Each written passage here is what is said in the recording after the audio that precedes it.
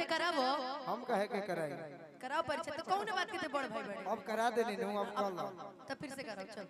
हम तो बहुत लोग से तार परिचय करौनी तो हम तारा पीठ पीछे उनकर से परिचय बिगड़ ले अरे जग करे से लभ कइलू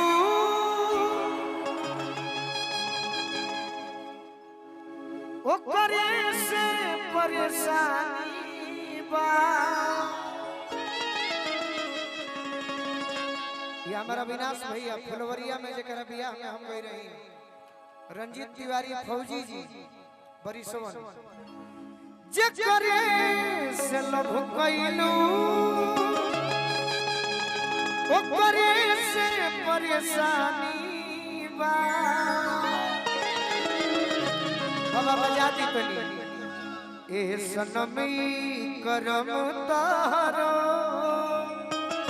लागे खानदानी बा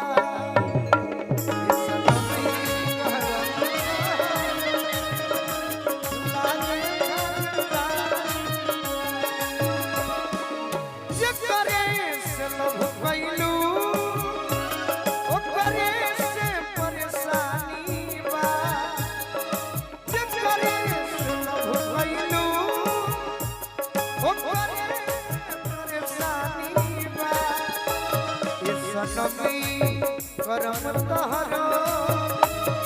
लागे खानदानी बा सनमी करम तहरो अंकित सरकार जी परिसवन हमारा दिल के टुकड़ा विलास भैया पंकज राय जी हमारा पुतुल भैया के भी आगमन भइल बा भाई हमरा भैया के पिताजी अकेले ही गा के हमरा पे ब्लेम लगा दी हम बर्दाश्त कर अविनाश भैया के पिताजी पहले करा के पैसा ले लेबे दी तब बता अविनाश ना अभिमन्यु भैया के पिताजी अभिमन्यु दुबे जी के हम बता दे अब हम बोली बोलो एकदम बोलो कि जे करे से लभ गईनी ओह के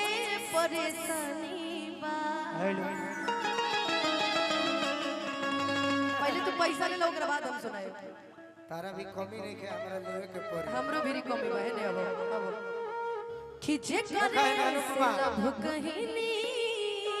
ये बंटी भैया ओह के परेशानी बा सुनना चाहो सुन एमे हमारे कसूर नहीं खे हां बंटी भैया एमे हमारे कसूर नहीं खे तिगारी भाई में हमारे कसूर नहीं खे वो कर नियत में बेईमानी बा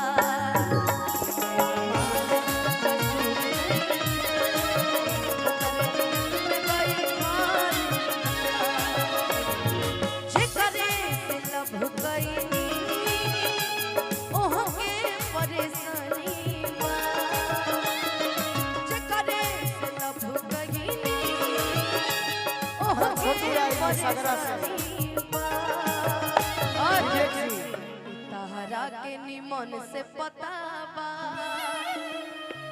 ओकर नियत में बेईमानी जरूर पता पायन कुमा ओहर नियत में बेईमानी सतीश भैया दिल्ली से बानी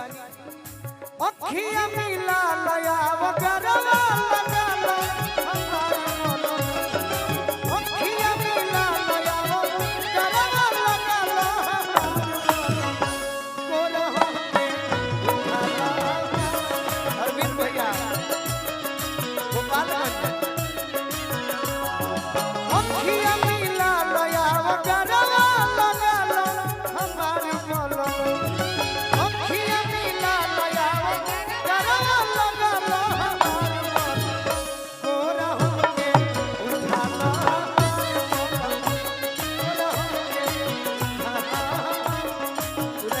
हो यही घड़ी हमारा काहे से कि भैया हेने आके कहनु भाई इतना कंजूस है ना धरती पर ही एगो कंजूस पैदा भइल बा ई एकर लइका हो गई ना मिठाई खियैलस ना कार्यक्रम करलस अनुपमा हेने आवो बस रजनीगंधा क्या होता रहते हमरा के आवत तार असली याद यही घड़ी हमरा तती तो मीठ खाइल मानबा कि ए घरे हमारा ततीत मीठ खागिल माला घरवा में आगिल माला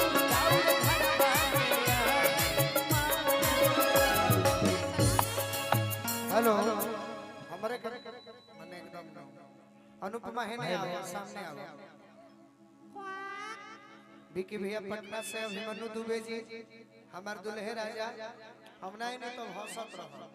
हम व्यस्त बनी मनावा जे और व्यस्त रहे एगो गाना के फरमाइश बा अनुपमा कौन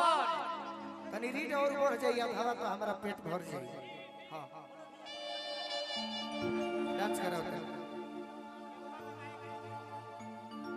हमारा भी बचपन के मित्र ये संगीत के क्षेत्र में हमारा स्वागत करी देसु भैया भोजपुरी जगत के हमार दुलरुआ भाई जिगर के टुकड़ा चंदन यादव जी के भी आगमन मंच पे भइल बा ई परिवार स्वागत करता भाई चंदन जी के गोलू राजा के बड़ भाई यानी हमार बड़ भाई रविरंजन भैया के हम स्वागत करतनी पटना से चल के हिमांशु राय भैया के जितना मित्र लोग आइल बा सबके स्वागत बा पुतुल भैया के तरफ से अच्छा रविरंजन भैया के बोलाओ तनी 501 रुपए के पुरस्कार जगदीशपुर